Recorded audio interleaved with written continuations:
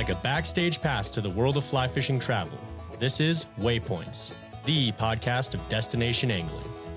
News and events, helpful travel tips, destination profiles, great stories, and expert advice from some of the most seasoned and experienced names in fishing travel.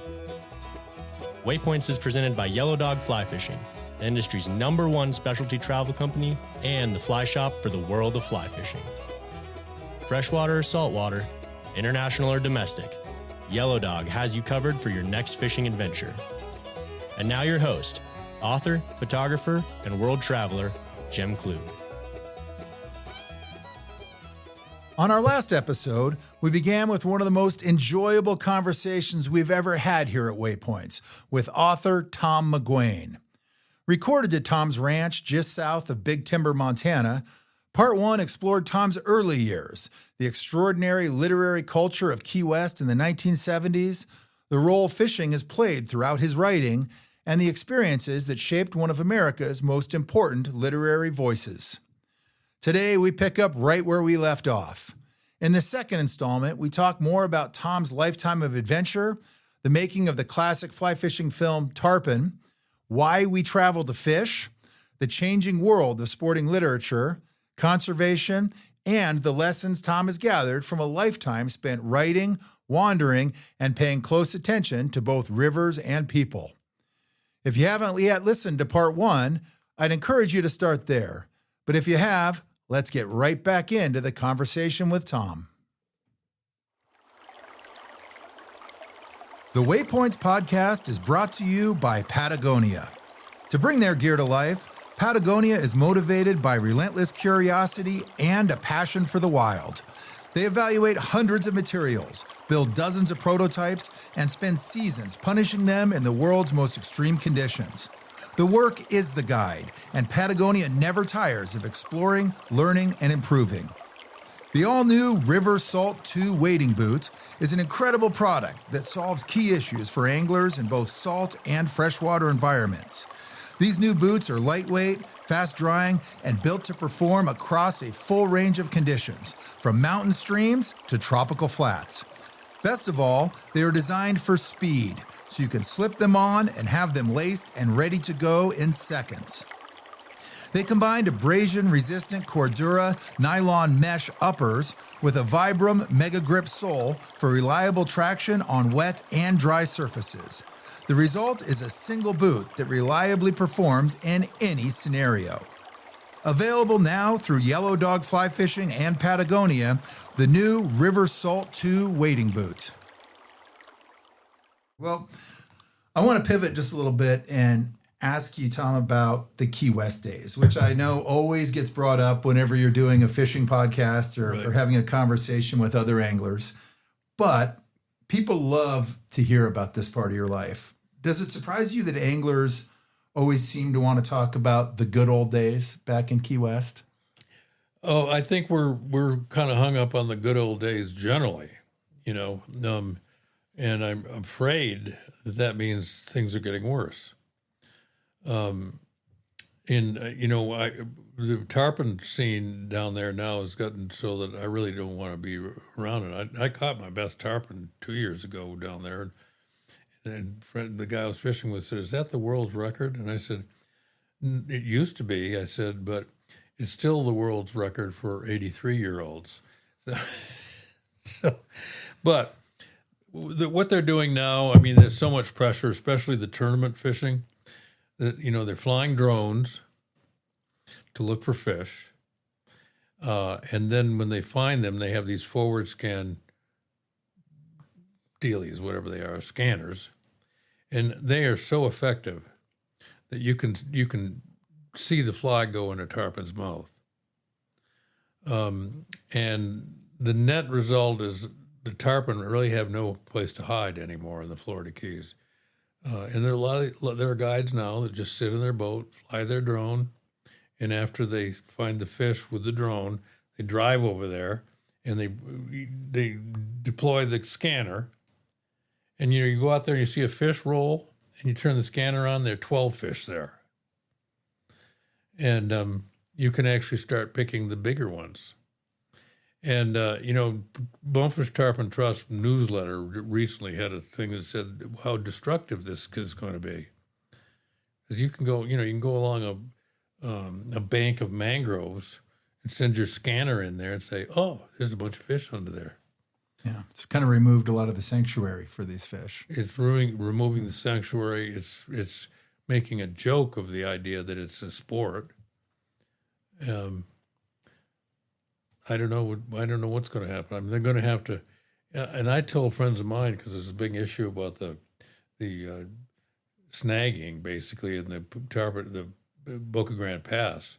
We said, well, these guys can't floss these tarpon like you've been doing. And they put a big weight and the thing, you know how it goes. Yeah. And I said, if we're going to fly drones and use these scanners, I mean, well, you better give these guys back their jigs and let them continue to snag tarpon, because you've lost the moral high ground, period. Yeah. Well, the Key West that you knew in the late 1960s and early 1970s when you guys were down there has definitely become almost mythical in fly fishing circles these days. How much of that mythology is deserved when you think back on it now, and how much has been romanticized over time? I mean, again, we talk about the good old days. Yeah. When you think back to those times and kind of the lore that period of time holds within fly fishing circles and especially saltwater circles, is it justified or has it been romanticized? Well, some of it's justified in that this was probably an unusual bunch of people who literally cut their moorings to go fishing.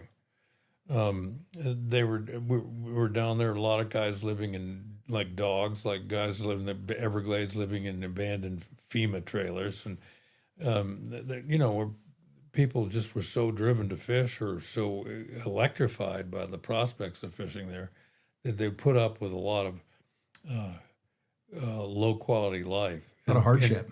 I mean, when I first got to Key West, I mean, Duval Street was boarded up. It was plywood.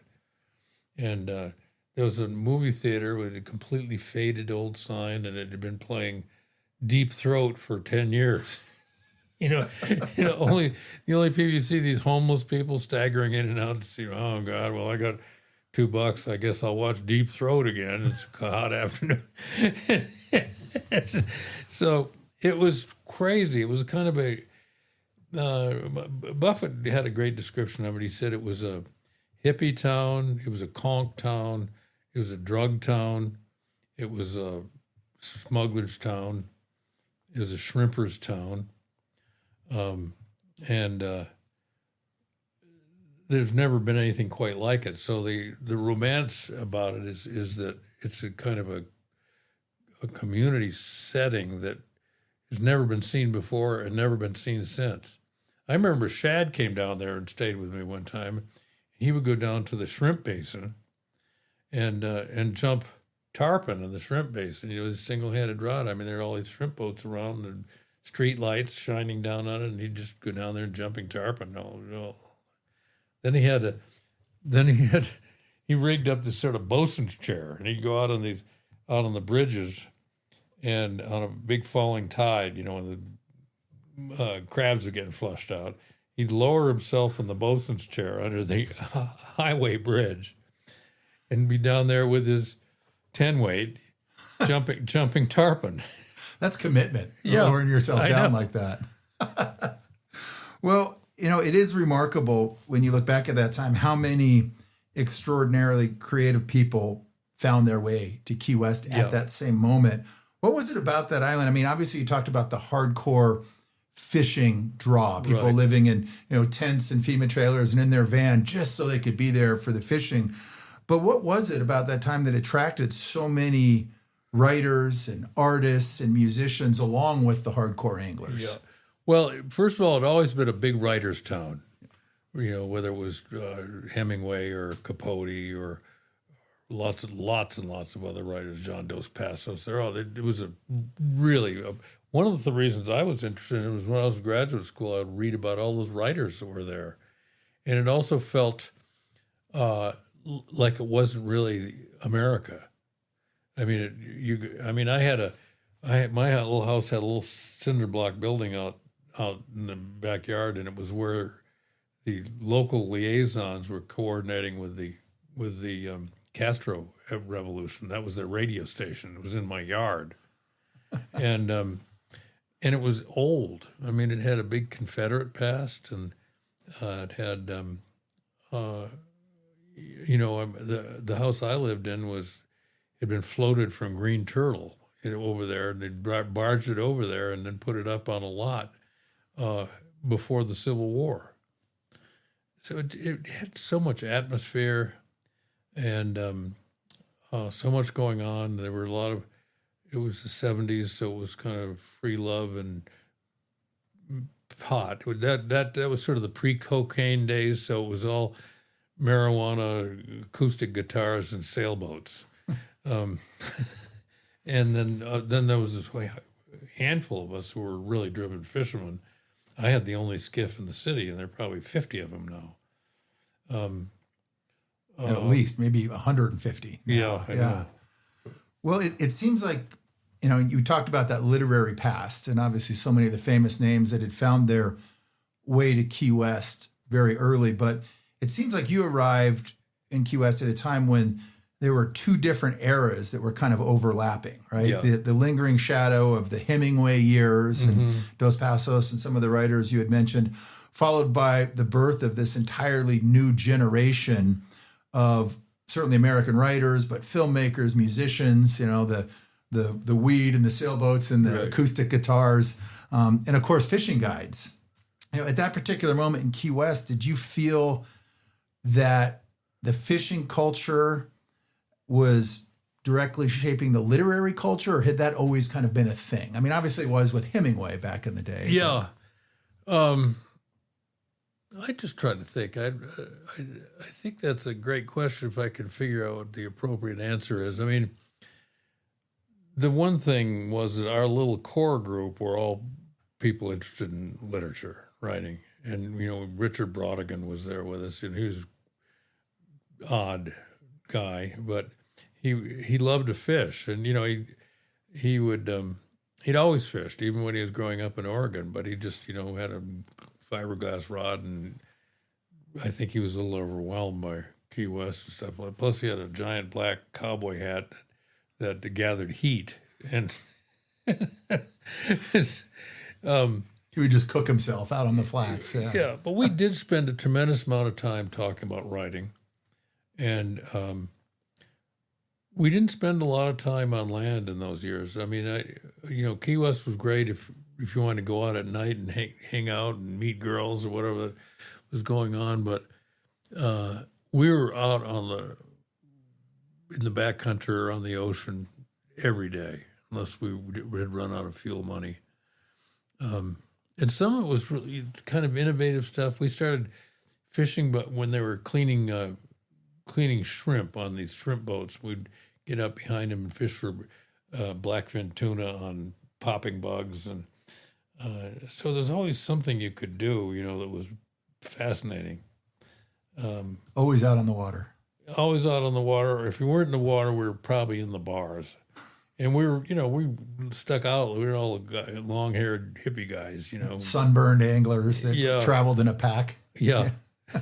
I know. Well, do you we were think called the Bad Boys. That was one of our nicknames. The Bad Boys. You'd say, the Bad Boys went fishing today. Yeah. Gets them off the street. And at that time you were, is that when you first met your brother-in-law? Is that when you guys were first introduced? Yeah, I was there. I think I'd been there maybe a year when Jimmy came down, because I remember exactly when I met him. He was like a real redneck Riviera guy. He had kind of cut off shorts and a football jersey with the name of some Alabama. Just like on his first album covers. I mean, that's And I wrote the A1A. I wrote the liner notes for that. And he was amazing for a guy who ended up being a billionaire. He was the most irresponsible person I'd ever been around. And he wasn't fishing yet. And he was so creative and so fun-loving. And quite hard-working in his way, but he just wasn't, he came down there, his car had been repoed in Nashville, and he had some fabulous adventures coming out of Key West. One time, I think maybe I've told this story before, but he had to get up to Miami to play a gig. And, he had no following in those days. So a gig was a big deal if anybody came at all. But he didn't know how he was going to get to Miami. So he went down to this gas station, which had sort of rent-a-wrecks and stuff like that. And the gas station owner said, yeah, I got to get this Cadillac to Miami. You can take it to Miami and do your gig and get home as best you can. And so Buffett went up there a day or two early, and he picks up some little girl from the University of Miami, and they have a couple of fantastic days together. And then he goes to the gig, and there are like 12 people there, and he gets out there with his guitar and starts playing. And as he's playing, these two big thugs come walking through the audience and walk straight up to where he's playing and goes, "Give us the keys." That was when he knew he had been ferrying dope for the gas station owner. Good thing he didn't look in the trunk, I guess. Yeah. Huh? They knew right where to find him, though. Oh, yeah. They tracked him down and snatched the keys out of his hands and took the Cadillac back, and he continued to play. Finish the gig. Yeah. Well, do you think that at that time, with Buffett and Brodigan and Harrison and so many of these people that were running in your crew down there, that the people were more interesting than the fishing at the time, or was it impossible to separate the two in the circles in which you ran? Well, it was kind of 70s chaotic, in a way. And there definitely were so many interesting people around, and not necessarily people of high achievement or people who would ever get anything done.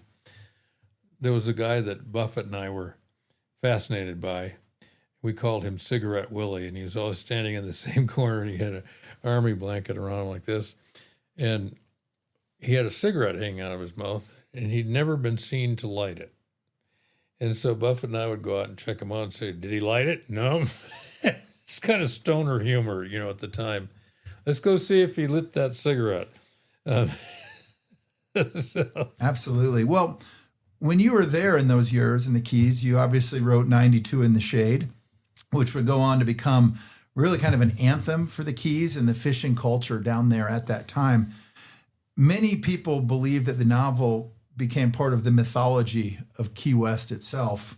How quickly did you realize the significance of that book once it came out, and did its immediate popularity and acceptance in the Keys surprise you?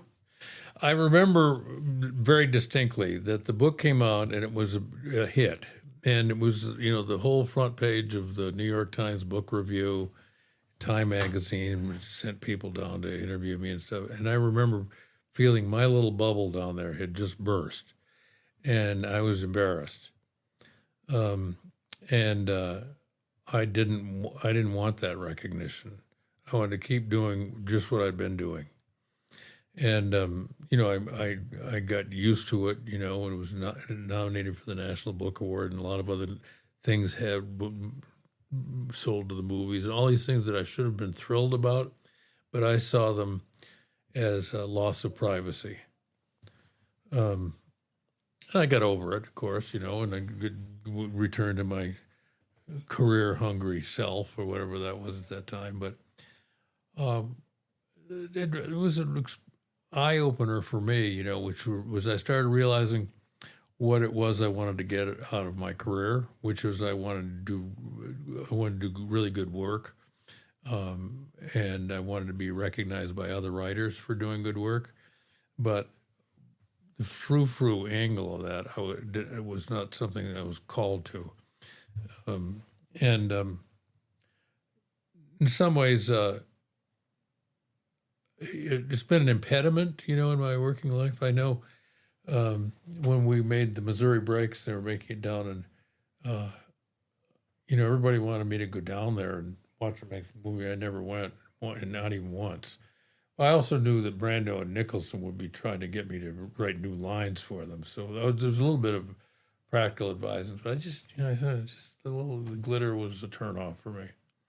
Did you sense a change with the crew you ran with in Key West, as far as, you mentioned that you were a little bit kind of embarrassed by this,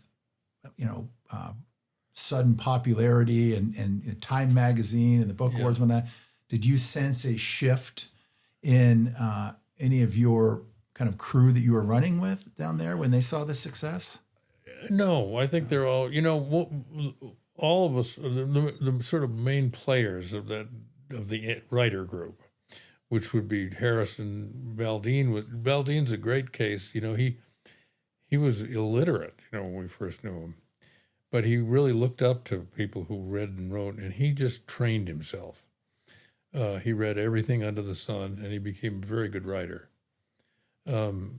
But at the time, he was just kind of worshipful, and so that, I'm trying to remember exactly what the question is. To say that again. Well, with that rise in popularity of the book, or I guess kind of the sudden emergence on the scene and the attention you were getting. Oh yeah.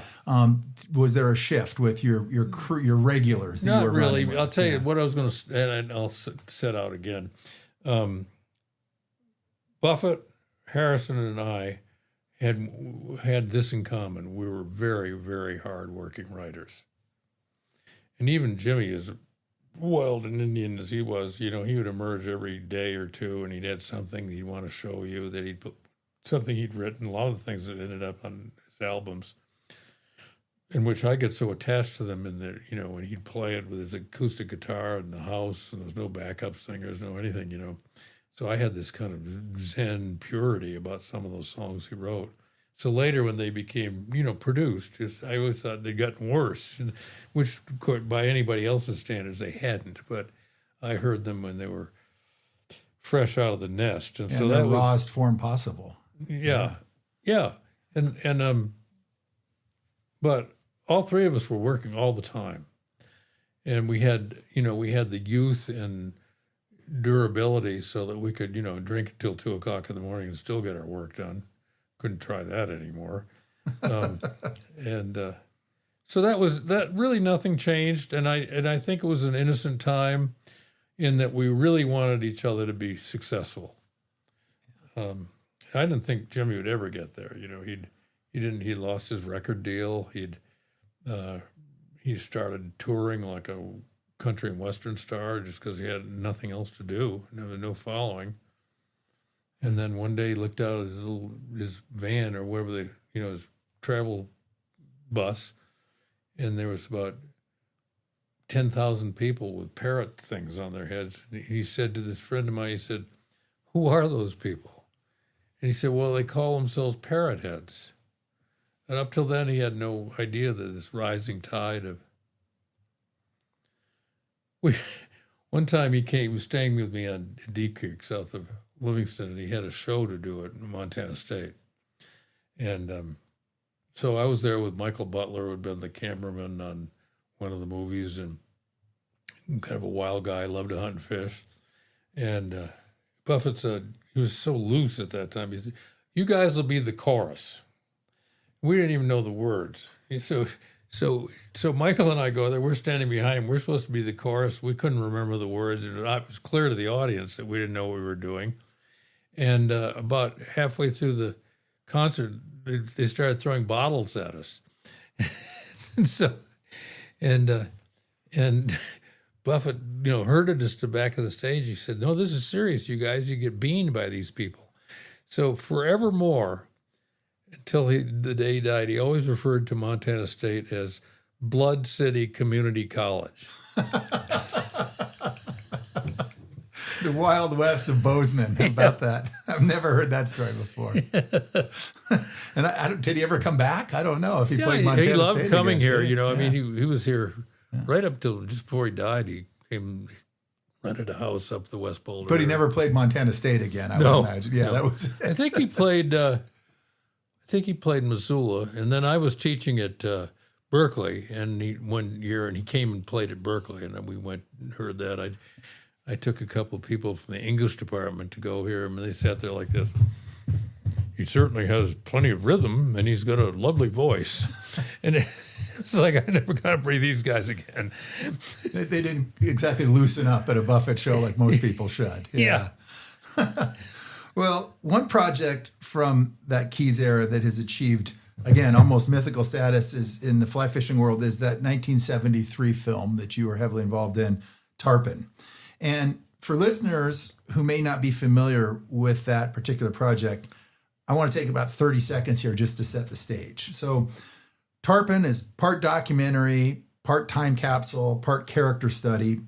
It follows some of the most iconic figures in angling at the time, including Richard Brodigan, Jim Harrison, legendary guide Gil Drake, and of course Tom, during the heyday of the Florida Keys. And beyond the spectacular fishing, the film captures a fleeting moment in American culture when Key West had become an unlikely crossroads for so many writers, artists, musicians, adventurers, and of course anglers, a place where literature, fishing, and the pursuit of the unconventional life all seemed to converge. And the end result was a hell of a movie that, at the time when you guys were making this, was it just kind of a whim and you were making this project with Guy and Christian, who were directing it and writing it? Or did you have any sense that it was going to go on to become this cult classic? Well, I remember thinking, God, why are we doing this? And I didn't have a big part in it because I was fighting fear of failure at that time. So I was, I didn't want to go hang around on the platform for the day. I was trying to work. But, and you saw the subsequent version, didn't you? Yeah. Yes. I was going to ask about that next. Yeah. In fact, Scott Ballew's coming Tuesday, I think. We haven't seen him in a year, but at the time, I think, and Guy had a brother-in-law who was really he was a sound man, but he was also a great filmmaker. We'd worked for all the great, everybody from Orson Welles to some of the great French directors. And so he really kind of knew exactly how a movie was made. They knew what they were doing. Yeah, he was. And I don't think Guy did exactly, but you don't need to. I directed a movie and I didn't know what I was doing, but you can just do it. You go in there and it's not that hard. But so that's what happened. They tried, and so you had Gil Drake, who was a guy who really knew how to catch fish, so he could elevate one for the camera, fly a few of them for cinema, and so that was at the time. I remember thinking, why are we doing this? Do we really want everybody to know what we've been doing here? And it was my little threshold about our private world kind of thing, which I've recovered from. But and actually the one that Scott Ballew did, I like so much better because it's much more oriented to who the people were. It's really bears down on that, and less about the fishing and more about the characters that were involved. Yeah, and I can't remember if it was Cocteau or one of the French writers said, I don't really believe this, but he said, "A blade of grass is a blade of grass. Tell me something about human beings." And and I remember when I went out to work on a ranch in Wyoming when I was in high school, my mother got me this little camera and said, she said, "I don't want you to come home with a bunch of nature pictures." She said, "You're going to meet some nice people out there. Forget the mountains, forget the scenery, and take pictures of those nice people you're going to meet out there." And there's some truth to that. Somebody else said, and I don't really feel this way, but somebody else said, nature is a wonderful thing, but it makes its point rather quickly. I mean, that's very cynical. But at the same time, there's a certain kind of lyrical writing, often in nature writing, and sometimes in fishing writing, where you're asked to sort of visualize the beauties of a scene. And so there's some things that are very hard to do, and that's one of them.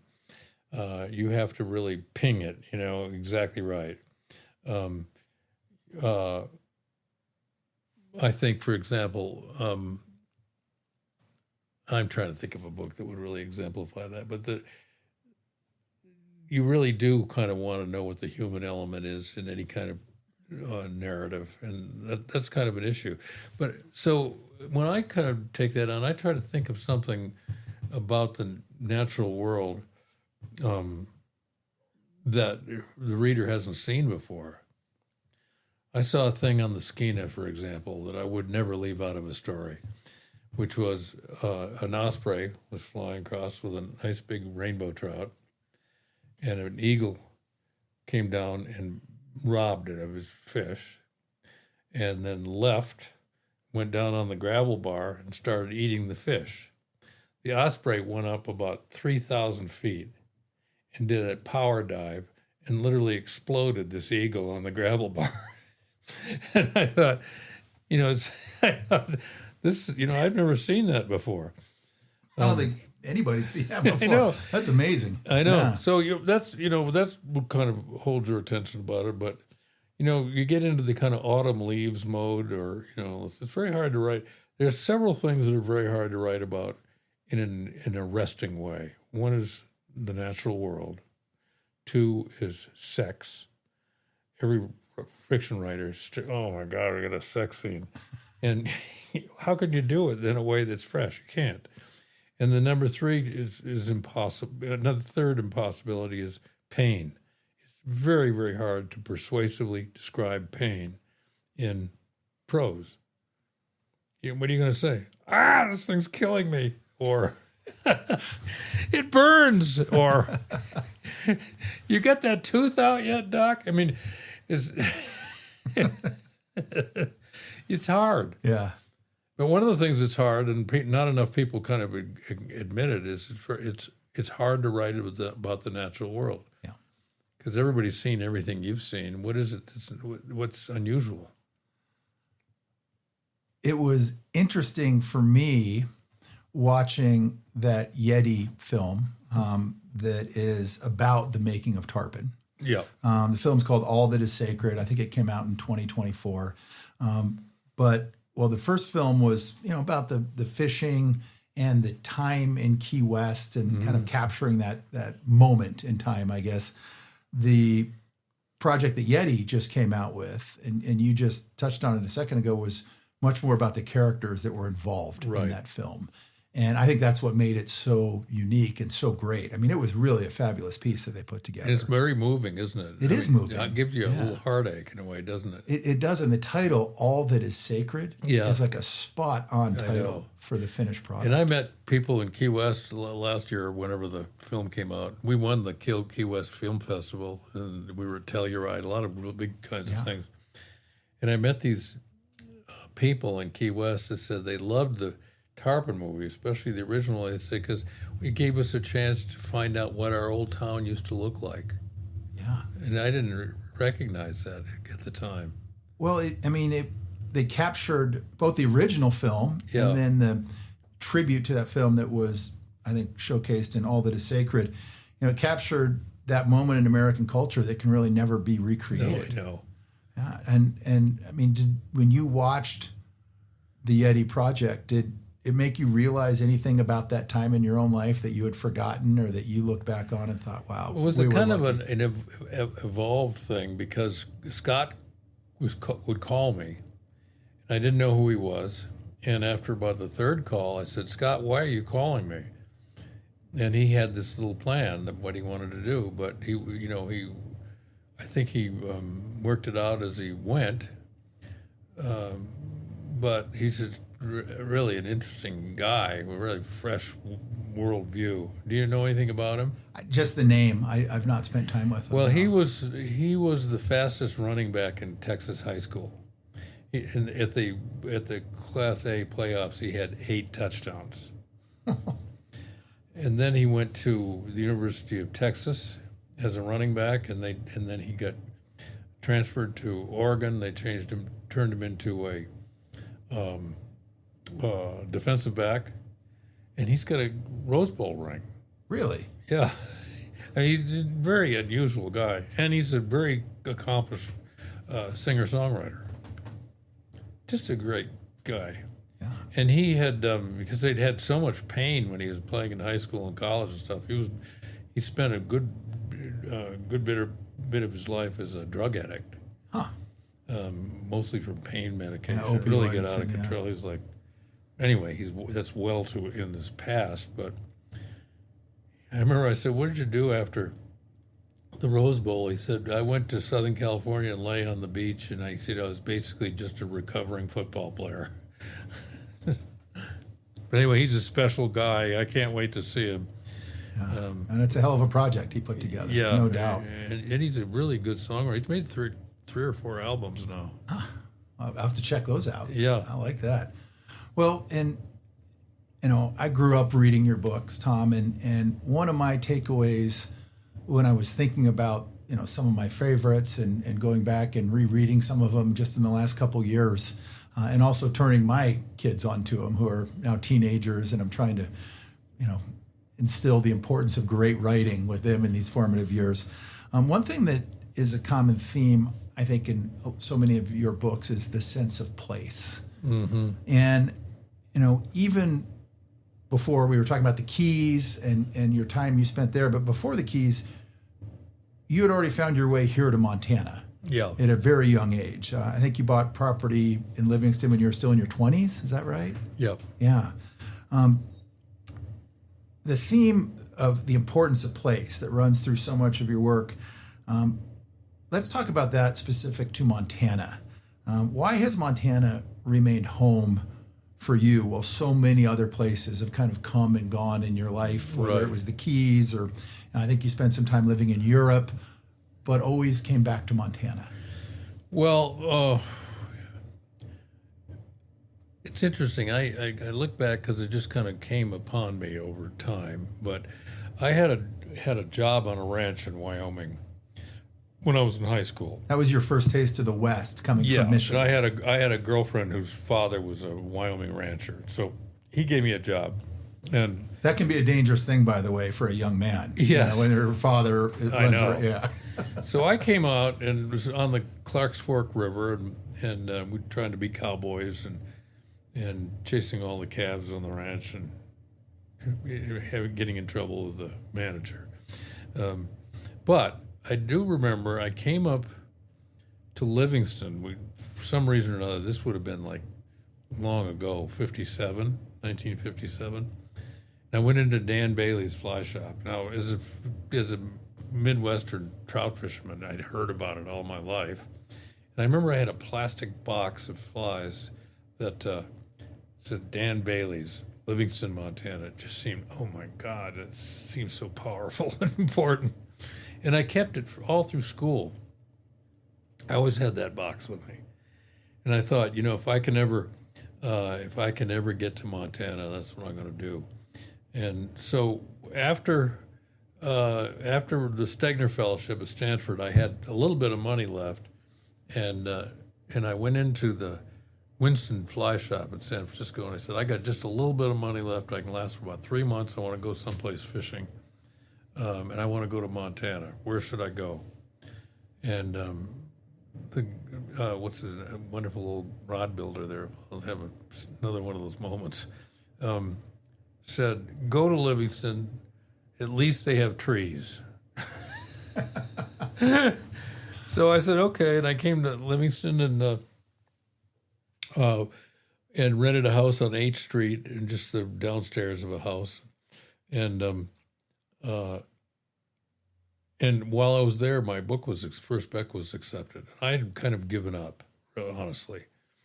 My first book was accepted, and the neighbors brought my baby boy a birthday cake and a rabbit, and I thought, wow, these are nice people. Maybe this wouldn't be a bad place to live.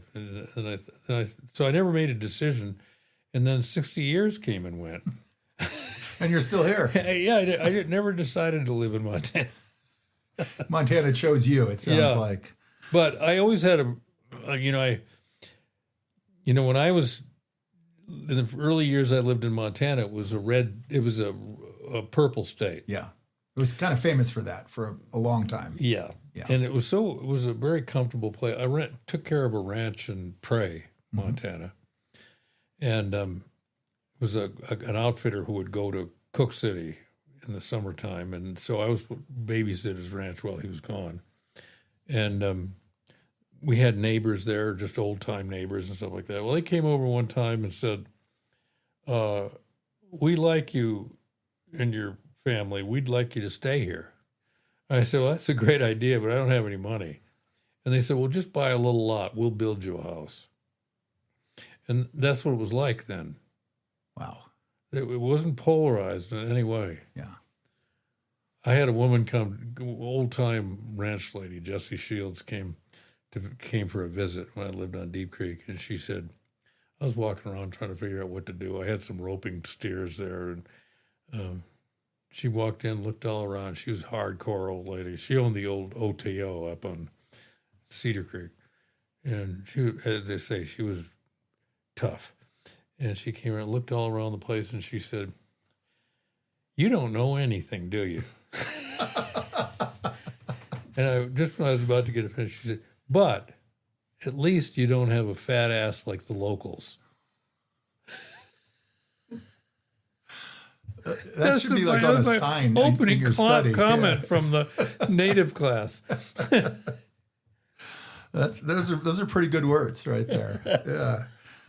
Well, so anyway, at that time, when I started to say about Purple State, I mean, you knew everybody. You know, Mike Mansfield would, when I go do my Sports Illustrated trips, you know, I'd get on that plane in what's now just a cinder block building in Bozeman. Yeah. And it was a DC-3 or something, and Mike would be up there with the New York Times that he hadn't read much of. He'd read maybe a page or two, and I'd say hi to him, and then I'd go east to do my Sports Illustrated thing. Nobody else on the airplane. And you could talk to anybody. You could talk to the old ranchers, you know, and they'd just be curious. You know, they would say things like, I was kind of a hippie, you know, I had long hair, and Tom, why is your hair so long? And they'd say, well, you know, I said, well, I was living in California, and girls really like that. Oh, well, sounds like a good idea to me. That made sense right there. So there was a really gentle social climate in Montana at that time. Yeah, people got along. People got along, and it was, and then Bailey's was such a center for, you know, Joe Brooks and all these people would come through. So all my gods would be coming through, and I could go in. Angling royalty would spend time passing through. I know. All the big names. Yeah. What was the guy who wrote for Field and Stream? He was sort of the kind of high tech guy. Worked for the CIA earlier on. You've read his books. So. Oh boy, I'm gonna have to think about that. Yeah, you're stumping me on that one. Yeah. But they all came through. They Warren all spent Page. their summers here. No, Warren Page was the gun writer. Yes. Anyway, I'll think of it in a minute. Yeah. I've even had dinner with him, but this happens as you get older. It's like Peter. I saw Peter Matheson one time when he came out to visit, and he said, I just thought of something, Tom, and then he went like this. There it goes. There it goes. I think teenagers do that to you as well. I'm finding that's happening to me more and more. That's hard duty. No doubt. Well, you know, talking about Montana and all your years here, and I'm sure you've been asked this before, or maybe you've thought about it, maybe not, but do you think your life, and especially your writing, would have been fundamentally different if Montana had never become a part of your life? Would it have been different if Montana had never been part of my life? Yes, it would have been. And I mean, I don't know what else I would have done, because I grew up in a low population place, you know, and I was used to the ease of being outdoors all the time. And I don't have any urban skills at all. I completely rely on Lori to get me from pillar to post if we're in a town. So there's not any town that I would have been happy to live in. You know, David Quammen and I was saying one time, he said the thing to do is you should live in town and have a vehicle that gets you out of town. And you shouldn't be impacting the landscape by your desire to be rural, you know. And it's like somebody said to me once, he said, we thought we were country, but actually we were just rural. I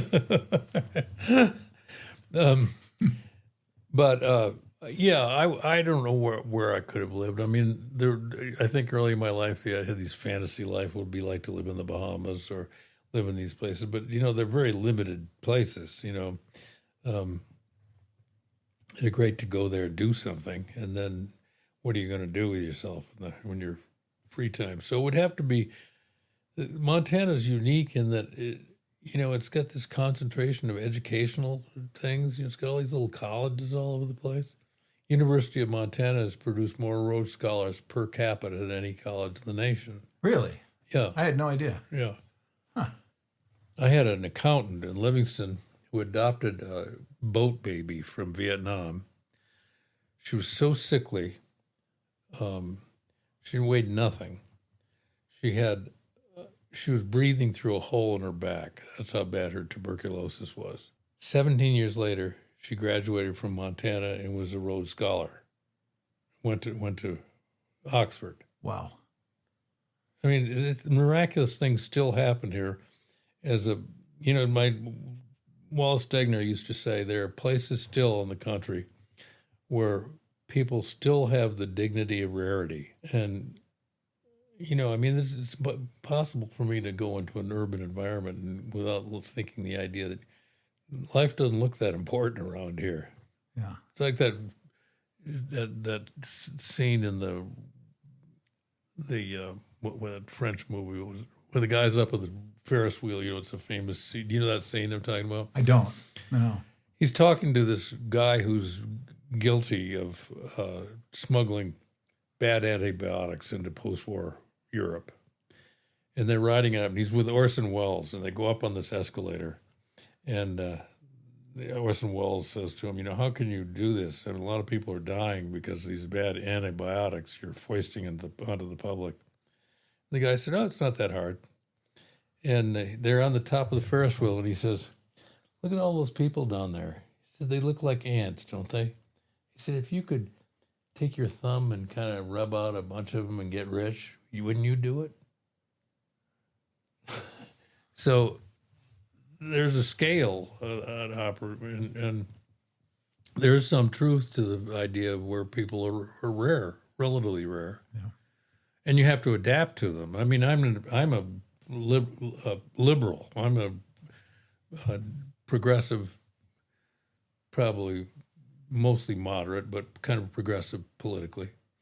Everybody I know in this county voted for Donald Trump, and they'll vote for Donald Trump until the day they die. They're all my friends, and I've had to figure out how to be friends with them or be good friends with them or find things that I like about them. Well, which is important because they're your neighbors. Yeah, but if you weren't living in this sort of sparse population, you wouldn't have to do that struggle. Correct. But out here, it means something to be a neighbor. Yeah. You depend on each other. You call on each other. And, regardless of whatever stickers on the back of your car, you stop and you help each other out when you need it. That's still the Montana And you way. get used to each other, and you find there's other things besides politics. Yeah. Lots of other things.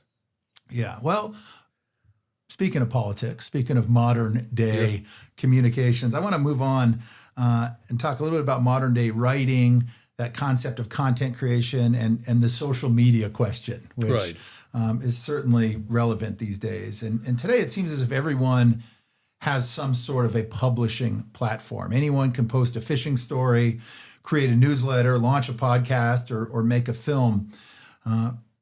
In a way, that has kind of democratized the process, but has it improved the quality of the stories, or has it just created an overabundance of noise? Well, we're too early to know. Okay. And there's going to be a big shakedown. And the process is basically democratic. So over time, it'll produce better results. Right now, I mean, I'm not on social media, so I don't know about it. But I think the thing that anybody should kind of be concerned about, because it's so addictive. I mean, I can remember, as you probably can, when the idea of carrying a phone in your pocket was outlandish. Yeah. Now, if I go to Big Timber to buy some coffee and I get halfway there and I don't have my phone, I think, how can I get there and how can I get home?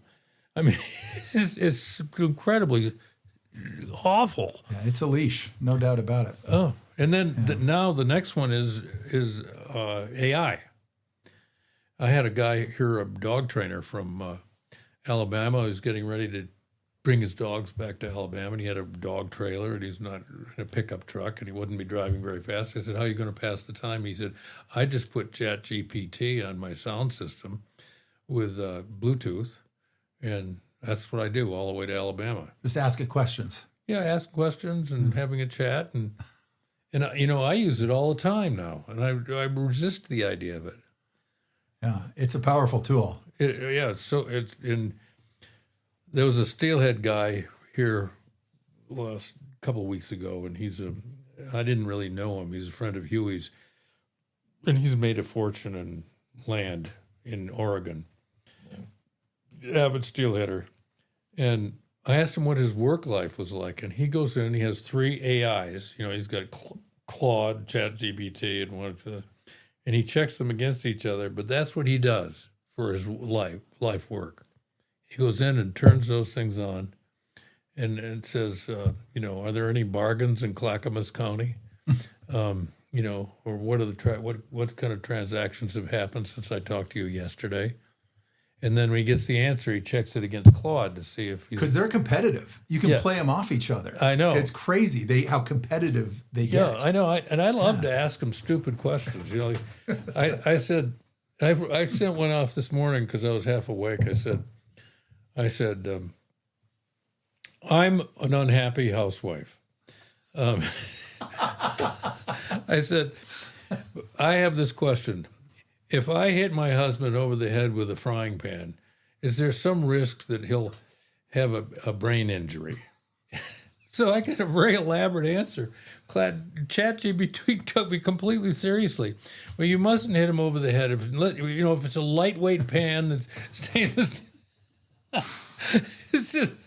Well, and the worst about ChatGPT is it wants so badly to please you that it'll start being like, that's a fantastic question. I know. Like, no, it really isn't. That's a horrible question. I know.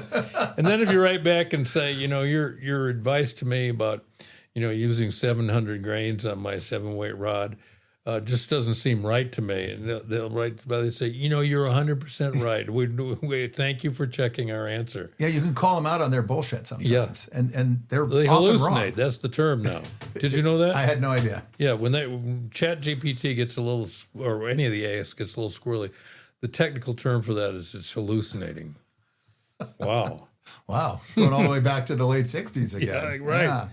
Well, I'm glad you actually brought up the topic of AI, because I did want to ask you a couple questions about this specifically. Right.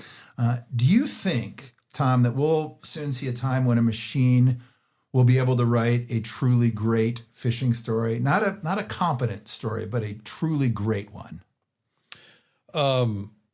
I don't think so. I don't know, but I did read a piece in the Atlantic Monthly yesterday with a guy whose job is to suss out AI inputs on various documents. And he said he's worried. He said, I'm worried because I'm getting so I can't tell the difference. Yeah. And I don't know if you know this, but Granta, the great European Literary Quarterly, just had an annual International Book Award. Or story award, and it's very much sought after. And this year, an AI story won it. It's been a disaster.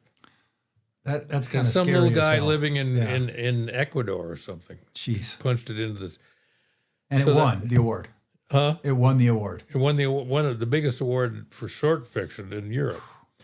And so, as they say, they had a lot of splaining to do. Well, I personally think it's scary as hell, but I think it's something we're living with. And just for fun, Tom, in preparing some of these questions today, and I will preface this could fall enormously flat right here. You might, say we're done and throw me out of your home, right? But I wanted to run a little experiment and share it with you. And again, feel free to kick me out as soon as we do this, but I asked AI last night, and this was my wife's idea because I was going over some of the topics we were going to talk about with Hillary, and the AI conversation was in here. And she said, why don't you have AI write something and put in there in the prompt to ChatGPT in the voice and style of legendary author Tom McGuane. And then she said, but you should do it on a subject that Tom would almost certainly never write about. Okay. And so I did this. I see where you're going with this. Yeah. Now you're going to read it. Well, so what I thought we would do is create this paragraph on a subject that you would almost certainly never write about. Right. I wanted to be kind of safe on that. And I could be wrong. But if I read this paragraph to you, one, I don't want to offend you in any way. But two, I want to tell you to tell us if we have anything to worry about with AI ever, becoming one of the greats. Right. Okay. So I picked a subject. Okay. Written by AI Tom McGuane. Yep. And the topic is shopping at Costco. So this is what it came back with, okay? This is AI's attempt to write like you do. Shopping at Costco by AI Tom McGuane. The first thing you notice about Costco is that it has solved, with admirable efficiency, a problem no one actually had: how to purchase enough mustard to survive a constitutional crisis. The place possesses the scale of an aircraft hangar and the emotional climate of a cattle drive, except the cattle are pushing oversized carts loaded with 32 pounds of pistachios and enough paper towels to insulate a modest cabin. Every shopper wears the expression of someone who came for batteries but has accidentally wandered into a wholesale philosophy of abundance. It is difficult not to admire the optimism. There is something profoundly American about believing that happiness might be concealed somewhere between the industrial mayonnaise and the 500-piece socket set that wasn't on yesterday's shopping list. You emerge 2 hours later with a rotisserie chicken, a folding ladder, a gallon of olive oil, and a kayak paddle, despite owning no kayak, feeling less like a consumer than a man who has narrowly escaped a civilization that mistakes quantity for preparedness and bulk for wisdom. Well, that's pretty good, really. And somebody did that. Tom McGuane writes about the history of the fire department. I sent it to my editor at the New Yorker, and she said, this doesn't look like they'd ever read your work. So, that struck me. I thought it was kind of amusing, but what struck me about it was it picks up on part of what I do, which is my satirical impulse. But that's not all. But here's what I think is the test. Satire. There used to be a saying in the theater world: satire is what closes on Saturday night. And so, what I thought would be a test of AI is to give it a job to write something that's actually funny, because humor and comedy are mysterious things. And I think AI would flunk that. I think that you can tell them, write me a story about catching a broadbill sword on a fly, and they'll give you something that you can read. But if you write and say, two elderly uncles meet at McDonald's for their daily coffee. Write a story about their conversation, but it must be really funny. I think they're going to fail. I think when you read what they come up with, you're going to say, that's not funny. Yeah. It misses out on the nuance and so many aspects of humor is humanity, attached to our subconscious in a big way.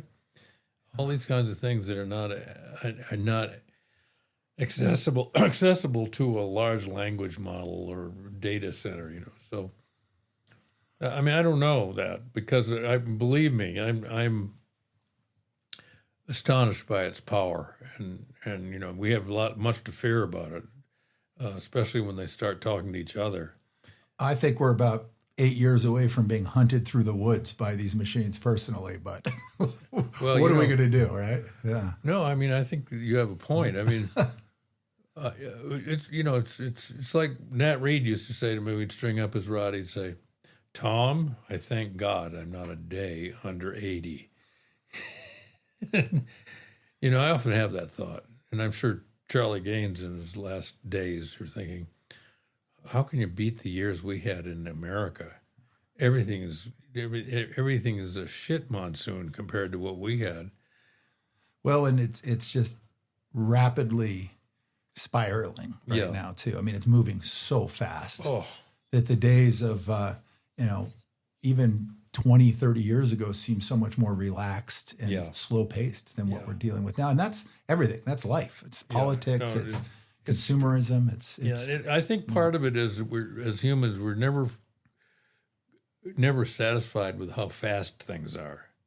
And I'm bad that way because I'm an impatient person, but I can go boil an egg and say, when's that fucking thing going to be? I can't wait 3 minutes for an egg, Well, and technology these days has created, the mindset of instant gratification on everything. You want everything now and you want it quickly. Yeah, and it used to be if you wanted to go fish Atlantic salmon in Norway, there's no reason to, given the travel, there's no reason to go for much less than 2 or 3 months. It's a long trip, long boat ride, long train trip. In fact, Ernest Hemingway said, and this is be interesting from your reaction as a travel guy, Hemingway said, there's no point going anywhere for less than 6 weeks. Mm-hmm. Yeah. It was funny. I was just in Zambia last month, and whenever I go somewhere, I try to bring a couple of books about that area or even just the region, because I get a lot more out of reading them when I'm kind of on location, I guess you would say. Yeah, or on the plane. And so I brought Green Hills of Africa with me. And something about sleeping in a safari tent and being out there and reading that particular book is, I don't know, it resonates a little bit better. Oh, but absolutely. He talked about, how those expeditions were 3 months. Yeah. And that's what you did. And now, because the world has gotten so much smaller and it's so easy to hop on a plane and be in Argentina or the Seychelles or, somewhere in Europe very quickly compared to what it used to be, that it's no big thing for people to be like, I'm going to head over, I'm going to head up to Alaska and do a 5-day trip. Yeah. Or I'm going to head down to Chile for a week. Dubai. Quickly and turn it around. But, then I think of certain destinations like New Zealand, for example. I mean, going to New Zealand for 6 days and turning around and coming home is criminal. I mean, you need weeks down there to really appreciate it. You can even get bad weather. And oftentimes do. Yeah, you go down there for your 6-day fish and you get blown out. Yeah. Happens all the time in the saltwater. People go down and want a tarpon or permit trip, and they have 5-6 days of fishing and they're blown off, and that's it. I know. Yeah. I remember when I lived in the Keys, I used to see people come down for a short trip. And I remember really feeling strongly. I said, couldn't they know that it was going to blow 30 miles an hour out of the north? It's not going to be any good fishing. No. I mean, Gil Drake used to say, he said, I'm not interested in any fishing I don't live with. And I've had, this is not good for travel talk, basically, but I've had lots of exciting travel. It used to be I could get Sports Illustrated to pay for it, so I had a wide range, The expenses were great. The pay was terrible, but you could go anywhere you wanted to. But I've come to feel that, I'd rather have maybe lesser fishing that I can do in a more enduring way, Yeah. But that's just me as an octogenarian talking. I didn't used to feel that way. When somebody invited me to go to Russia, for example. I mean, I thought about it forever. I said, God, that's a long way. I mean, aren't they our enemy? and I sweat it out, and then I finally make myself a deal. Okay, I'm going to go, but I'm not making my final decision until I have one more shower. And I'd stand in there until I turn red, saying, okay, I'm going to go. And then you do it, and you really, it's worth pushing yourself to do it. Yeah. But I think it's important to have your own little theme about it. I mean, and not necessarily trying to set records or just expanding what your knowledge of and love of fishing is. If you can see opportunities to do that. The guy that diagnosed my cancer is in fishing for marble trout right now. What country? Slovenia. He's in Slovenia. Yeah. For me now, my theme, because I'm kind of down to the short strokes, but my theme now is steelhead fishing. Yeah. And I've kind of evolved toward that over my whole life. And I first did it when I was in graduate school. I went up and would fish the eel and the Smith, the Chetco, all those kinds of rivers. And I caught my first steelhead in Big Sur Creek, right in the National Forest. And I always remember it because there was a Japanese guy fishing there, and he hooked one on a spinning rod. He's furious because it wouldn't jump. He went, jump, jump, jump, jump, jump. This fish not jumping. And and I was just so happy to catch a steelhead. It was probably 5 pounds or something. But that was your first. That was my first one, and just the magic of their story. Yeah. They're clinging to a biotic edge on our changing planet. Are they going to make it? The courage of you shouldn't say that as anthropomorphism, but the courage of what they do to survive. Yep. The fact that they can go to the Sea of Japan and come back to this little thing that's this wide and lay some eggs. I mean, to me, that's just romance. Oh, it's a miracle. Yeah. Absolutely. And that they despite all the impediments we've put in place and all the difficulties that we've introduced to what's a natural cycle for them, they're still powering through the best they can. I know. And if you're old like I am, you start seeing these trends and wonder where they're going. I mean, I fished the Thompson, and those were unbelievable fish. There's 18 individuals left that they know of. Yeah. The government that allowed that to happen should go out of business. Yeah, if only that was possible. Yeah, I know. Well, let me ask you, in talking about social media and AI and technology and all the things that are rapidly advancing at this pace that sometimes makes your head spin, what have we gained? And we'll bring this specifically back to fishing.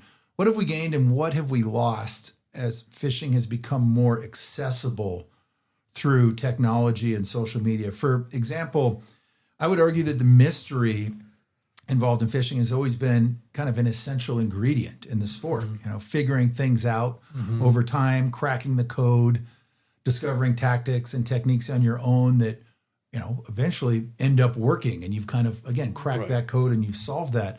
Are we in danger of technology and social media making things too easy when it comes to fishing?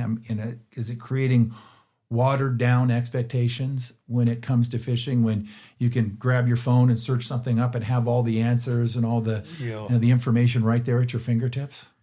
That's a key question. But also there's this thing now that reports trout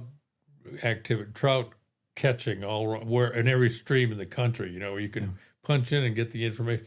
Somebody told me about it. I punched in the Boulder River, and I said, gee, since I've been asleep, somebody caught 40 fish down there by the 8 Mile Bridge. And, that kind of level of information leading for people from place to place, I find worrisome. But once you decide that you don't want to have a superficial experience as a fisherman, and a lot of us I've accepted a lot of superficiality in my own fishing, which is to say, if I go to Tierra del Fuego, the only thing I'm going to bring there is my ability as a spay caster, my ability as a waiter, my a couple of other things. But do I know anything about the Rio Grande that's important? No.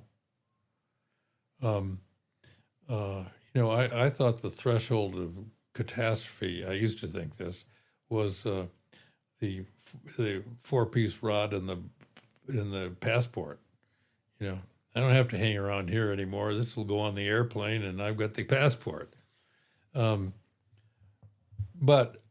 there's a lot of fishing that's rewarding at that level, where you can say, I'd like to catch a marble trout. I really would like to catch a marble trout. I'd like to see one. And my experience will be limited by the fact that I'm not going to be knowledgeable about Slovenia. I'm not going to be knowledgeable about those rivers or really knowledgeable about those fish. But I'm going to bring some skills that may enable me to see a marble trout. And but my core thing would have to be sort of backyard fishing, which is try to understand what's under my nose. I used to be fascinated by these fishing guides from Livingston. Would go home to Bozeman, and they had this little sort of club called Downtown Browns. Do you know about these guys? I don't. No. They just fished in town, and the goal was to catch a 20-inch brown without leaving downtown. So they'd fish all these little creeks, and they'd be, invading people's backyards and looking for pockets here and there. And they'd been fishing the Yellowstone. I mean, they knew what the big leagues were like. So these are the creeks in Bozeman? These are little creeks in Bozeman. Okay. All right. No, I've not heard of that. Yeah, Downtown Browns. That was their passion, which was you can't leave. You can't leave downtown, and you got to catch the best fish you can. There are still some there too in some of these creeks. Yeah, and there are quite a few little creeks that are in and around town there, and my kids fish them all the time. That's their thing. Yeah. The kids they'll get on their bikes now they're driving, so they'll drive down, but that's a thing for them. They love the creeks around town and in town, and they've found spots that I've walked the dog by 1,000 times. I do too.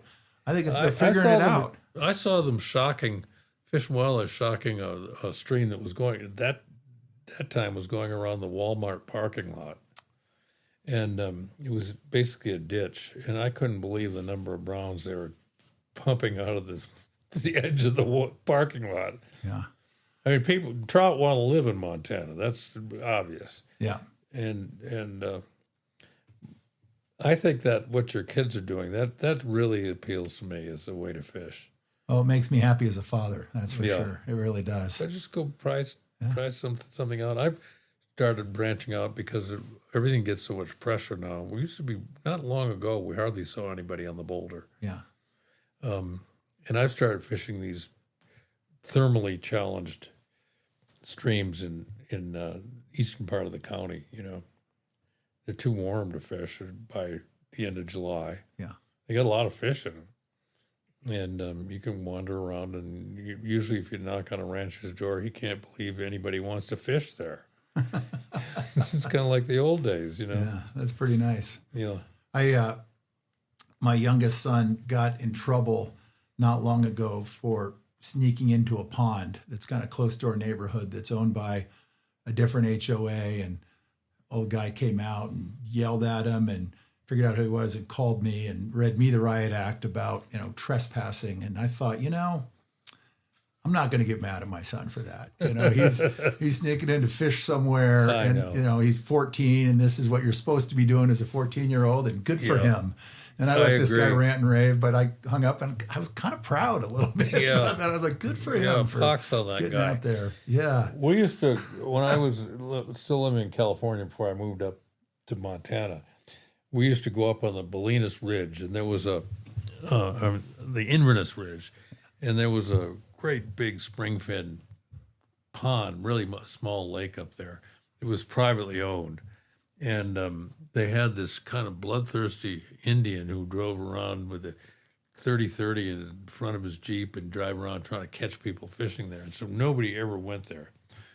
And my fishing pal and I would black out our faces and just wear black clothes and go up there and creep in there, and we catch these unbelievable fat rainbows. I mean, they were so thick and beautiful, and the spring fin, they'd never been molested except by us before. Those are great opportunities. I mean, great opportunities but I think this idea of fishing through people's backyards and explaining yourself. So when I used to bird hunt, I used to hunt all over all these places around here, and I used to tell people, if you get some rancher comes out and busts you for trespassing, always remember you're the one with the gun. That's right. That's right. Well, I know we've been having some great conversation, and I do want to start wrapping things up. But before we do that, I'd like to spend just a couple minutes talking about conservation and public access. Mm-hmm. You have a long and very intimate relationship with Montana, certainly with the American West. How important are public lands to the future of our sport, specific to fly fishing? Infinitely important. And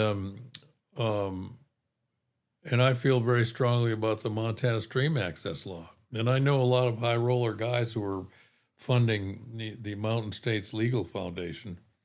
in Denver trying to overturn these. They never rest. Yeah, that is so true. You know, I'd rather not see people wading through my place. I have had that done. But if somebody wants to get in at the forks and wade up here on these slippery rocks And stay in the high water mark so they're not trespassing. I have to say I'm proud of them because I couldn't wade that mess. and so I feel very strongly that a big component of life for Montanans is our stream access rules. Yep. And our public lands policies. And I don't see our own elected officials fighting enough to do that. No, they really aren't. And, it's a battle we're constantly waging, especially here in Montana, but really all throughout the U.S. West for access. And without access, we don't have a sport. And I don't care if you're in the business of fly fishing or you're just a passionate angler or you're even a part-time angler that enjoys taking your kids out onto the water sometimes. You don't have access to that resource, you don't have anything. Yeah. And it is a battle that we are constantly waging here in Montana and other Western states, and one that people are going to have to continue to pay attention to. You know, we lament the fact that our rivers are more crowded these days and there's more people that are finding their way under the water. And like everybody else, I get annoyed by that sometimes, even though I'm in the business and this is my job. But one thing that does give me positive thoughts on that is people speak up for and act out on things they care about that they feel attached to. Right. And with anglers, with hunters, with people who appreciate public lands and outdoor recreation, they need to speak up for it. They need to vote. They need to let their voice be heard, because the opposition, the people that want to padlock these places and close them off and shut them down, they're counting on silence. They're counting on apathy. Yeah. And we need a lot of advocates for this. We need people paying attention and speaking out. Well, the other thing we need to contemplate is that if we win these battles and we protect our public lands and our rivers, then we have to do a better job with each other. I don't want to see a thing where the Guides Association is fighting the motel owners. And the net result is a tragedy of the commons, which is that everything's overcrowded because these two units that are invested in these resources can't get along with each other. Yep, it's a really good point. And somebody told me that the average brown trout in the upper the Paradise Valley section is caught 5 times a year. There's all sorts of forms of self-restraint that we're going to have to get into because of the volume of pressure that's on all these creatures. I mean, for example, when I fished the Grand Cascapedia at that time, if you could catch one fish, you're done. Yep. And we haven't even got to barbless hooks here yet. Yeah. I mean, that's insane. Yep. I agree. So I'm big on keep them wet, limit your catch and release stuff. People don't seem to understand that there's a mortality component to catch and release fishing. There is.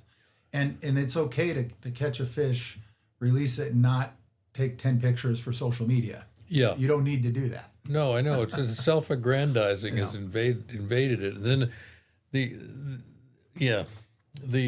it's kind of exasperating, but two things have happened. Is once the guiding situation got to be basically the entertainment business, and you have to be able to take an angler out who absolutely doesn't know what he's doing and make sure he catches a lot of fish.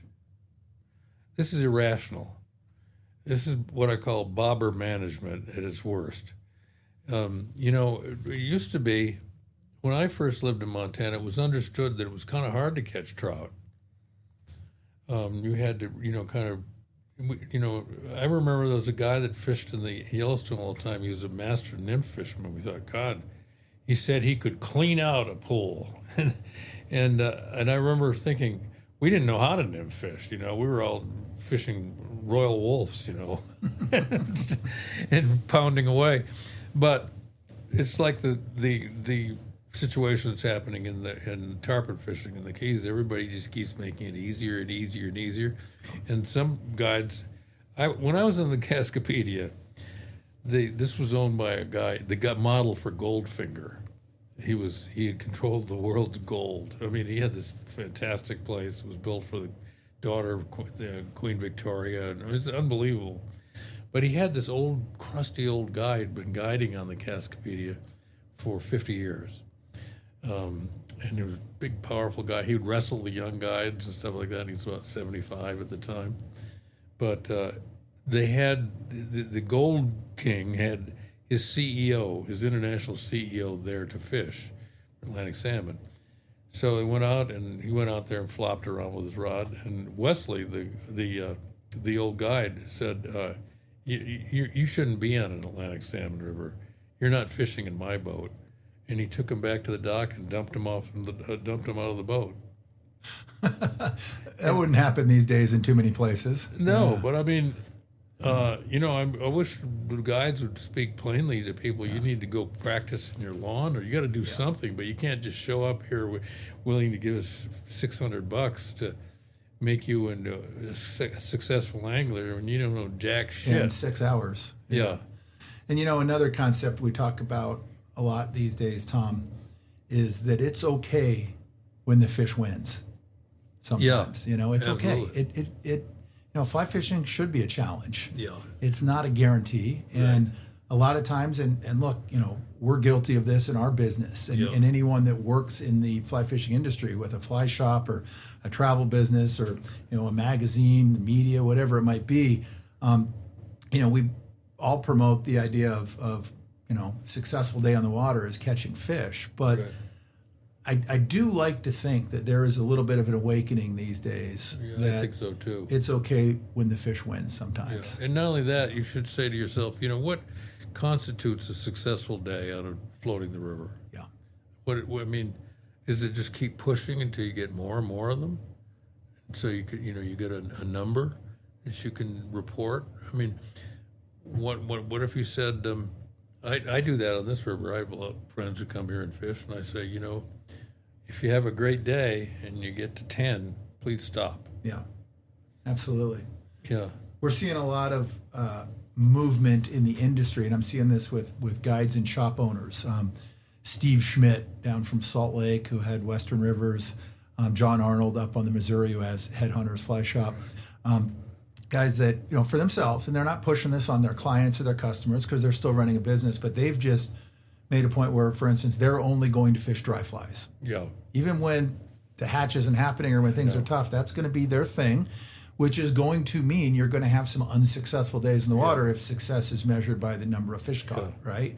But their focus is we're going to do it a certain way. Yes, it's going to give the fish a little bit more of a break, as opposed to saying, I'm going to go in and Euro nymph this run and I'm going to catch every single fish in that run.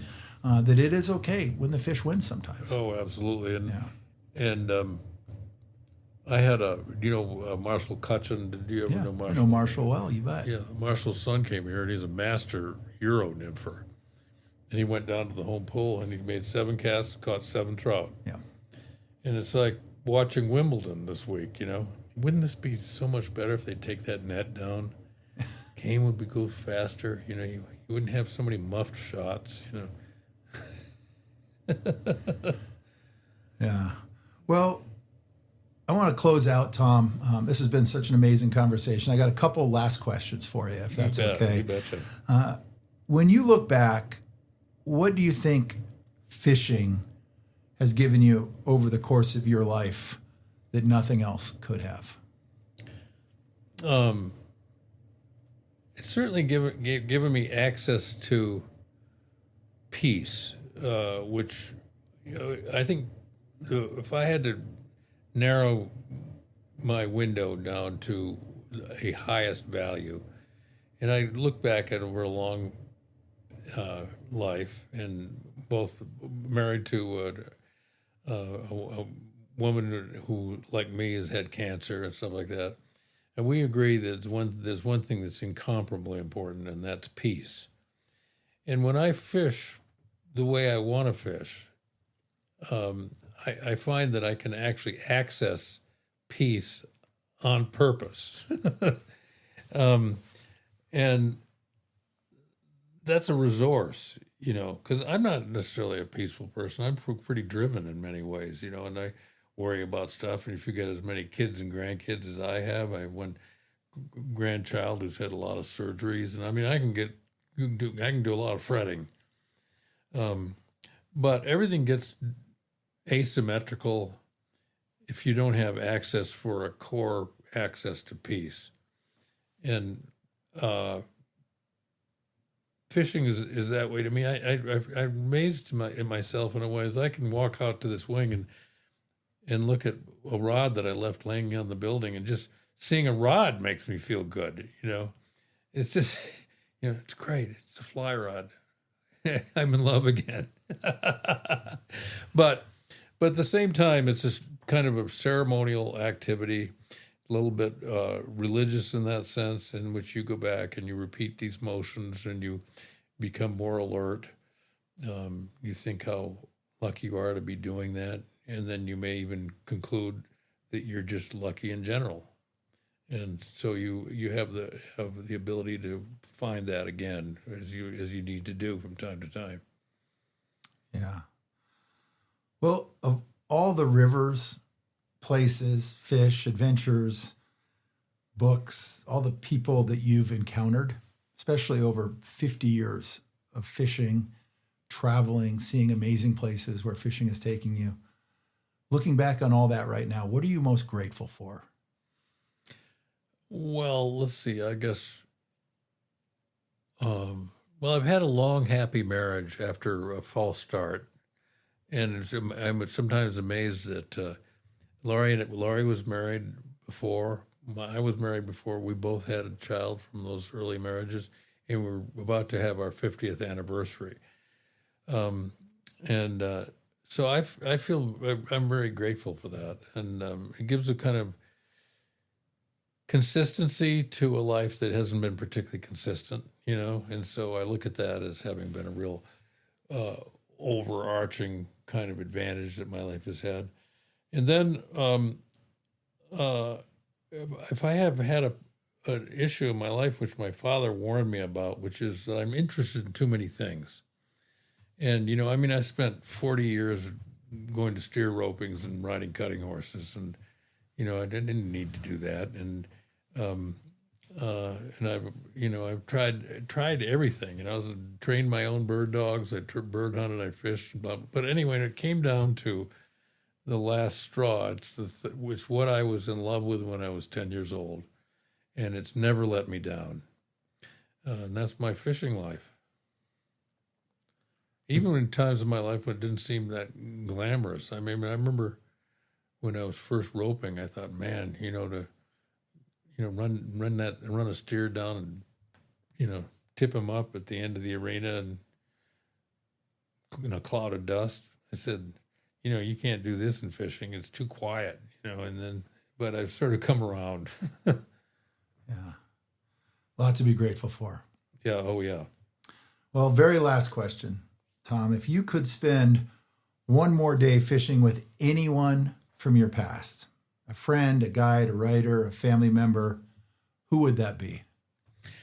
Well, there's not a single answer to that, but one of the answers would be if I could fish with Ned Noonan, a dairy worker in Kilmallock, County Limerick, Ireland, and Ned and I could go back to either the Luba, the Morning Star, or the Meg. And he's such a simple, great fisherman. And have another day together. I doubt that he's alive anymore. That would be a shining spark. Well, great answers. Tom, this has been an absolute privilege. Thank you so much for your time. Yeah, I enjoyed it. Thanks, guys. I can tell when he likes it, and so because I look over, he's very expressive. So I know I'm not punting into midair. It's wonderful, and so appreciative of the time and for you having us out. Thank you so much. Same to you. Wonderful. Well, that wraps up this special 2-part conversation with Tom McGuane. I hope you've enjoyed it as much as I've enjoyed recording it. If you're dreaming about your next fly fishing adventure, be sure to visit yellowdogflyfishing.com to explore destinations, research trips, source the right gear and flies, and stay up to date on everything happening in the world of destination angling. At its core, fly fishing has always been about the journey, the places we discover, the people we meet, and the stories we bring home. And as Tom has reminded us over these past 2 episodes, the best stories almost always begin with a trip. Until next time, keep fishing, keep traveling, and remember, no one ever regretted a life of adventure. This has been another episode of Waypoints, the podcast of fly fishing travel and adventure angling. Waypoints is produced by Brian Gregson and written by Jim Klug. Music is written and provided by bluegrass legend Woody Platt. Audio engineered by Sean McCormick. Visit yellowdogflyfishing.com for more location profiles, destination information, travel news, and the industry's best selection of flies and equipment for destination angling.